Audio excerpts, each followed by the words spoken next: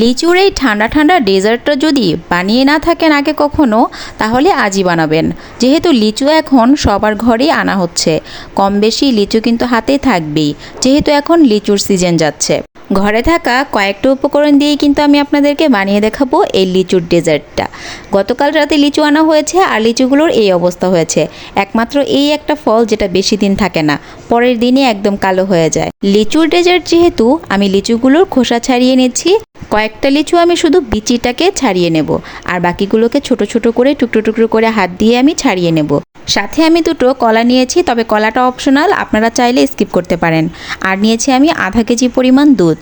এখানে আমি দুধটাকে জাল করে নেব, আর আধা কেজি দুধকে কমিয়ে একদম এক পার মতো করে ফেলবো, মানে একদম ঘন করে ফেলতে হবে। আর এখানে চিনি অ্যাড করে দিচ্ছি আমি 4 চা চামচ।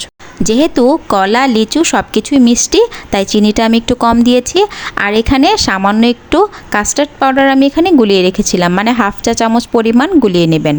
এতে একটা সুবিধা কি, দুধটা অনেক দ্রুত ঘন হয়ে যাবে, আর দেখবেন মালাইয়ের কালারটা অনেক ভালো আসবে। আর এখন আমি গরম পানি করে নিয়েছি, আর এখানে দিয়ে দিয়েছি সাগুদানা। সাগুদানা দেওয়ার পর এখন কিন্তু আমি ফুটিয়ে নেব সাগুদানাগুলোকে। আর লাগবে হচ্ছে নুডলস। সাগুদানাগুলোকে একটা চালনের মধ্যে করে নিয়ে পানি দিয়ে একটু ধুয়ে নিতে হবে, আর নয়তো আঠা আঠা ধরে যাবে, একটার সাথে একটা লেগে যাবে। তো আমি কিন্তু একদম পানি ঝরা দেওয়ার জন্য রেখে দিয়েছি। আর ওই পাতিলেই পানিটাকে বদল করে আবার আর একটু পানি বসিয়ে দিয়েছি। এখানে আমি নুডলসগুলোকে ভাপ দিয়ে নেব। নুডলসটা দিতেও পারেন, নাও দিতে পারেন, দিলে ভালো লাগবে, দেওয়ার চেষ্টা করবেন। আর এখন আমি সেই সাবুদানাগুলোকে যে ঝরা দিয়ে রেখে দিয়েছিলাম সেটা দিয়ে দিয়েছি। আর এখন দিয়ে দেবো নুডলসগুলোকে। নুডলসগুলো সে সেমভাবে আমি কিন্তু পানি দিয়ে ধুয়ে নিয়েছি।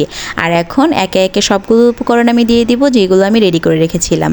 নুডলসগুলো দিয়ে দিলাম, মোটামুটি 1 বাটি পরিমাণ হয়েছে, 1 বাটির চাইতে একটু কম। আর দিয়ে দিচ্ছি কলা। লিচুগুলোকে আমি যে ঝুড়ি ঝুড়ি করে রেখে দিয়েছিলাম সেই লিচুগুলো দিয়ে দিচ্ছি। আর যে বড় বড় করে রেখে দিয়েছি লিচুগুলো শুধু আটিগুলোকে ছাড়িয়ে, সেই লিচুটাকে আমি রাখবো উপর দিয়ে দেওয়ার জন্য, দেখতে অনেক ভালো লাগবে। এখন উপর থেকে দিয়ে দিচ্ছি আমি মালাইটাকে। মালাই কিন্তু একদম ঠান্ডা করে নিয়েছি। ঠান্ডা করে নিলে কি হবে, ডেজার্টটা খেতে অনেক ভালো লাগবে। মানে এমনি নর্মালি ঠান্ডা করে নিয়েছি, যাতে করে আমি ফ্রিজে রাখতে পারি এই সবগুলো উপকরণ মিশানোর পরে। এখন কিন্তু সবগুলো উপকরণ ভালো করে মিশিয়ে নিতে হবে। দেখবেন খেতে যে কি মজার এই ডেজার্টটা। আপনি যদি কখনো বানিয়ে না থাকেন তাহলে কিন্তু অবশ্যই বানাবেন। এটা কিন্তু অনেক বেশি মজার, আমি আবারও বলছি। আর এখন আমি এক গ্লাসে সার্ভ করছি, আপনারা কিন্তু যে কোনো কিছুতে সার্ভ করতে পারেন। এটা কিন্তু যে কোনো সময় আপনি সার্ভ করতে পারেন। বাহির থেকে যখন আপনাদের ভাইয়া আসে, তখন কিন্তু আমি তাকে এরকম একটা ডেজার্ট নর্মাল ফ্রিজে রেখে দিই, আর সে আসার সাথে সাথে আমি তাকে দিই। এটা কিন্তু খেতে অনেক ভালো লাগে, আর মাইন্ডটাকে একদম ফ্রেশ করে দেয়। উপর থেকে আস্ত সেই খোসা ছাড়িয়ে রাখা লিচুগুলো দিয়ে দিলাম। আর এখন কিন্তু এটা রেডি হয়ে গিয়েছে। নর্মাল ফ্রিজে রেখে দেবো 10 মিনিটের জন্য, আর তারপর দেখবেন এটা খাওয়ার জন্য একদম উপযোগী। খেতে যে কি দারুণ হয়েছে, অবশ্যই বাসায় ট্রাই করবেন। ভালো লেগে থাকলে সাবস্ক্রাইব করে আমার চ্যানেলের পাশেই থাকুন। মালাইটার কারণে সব থেকে বেশি মজার হয়েছে, কারণ মালাইটা আপনি যত ঘন করবেন খেতে তত মজা লাগবে।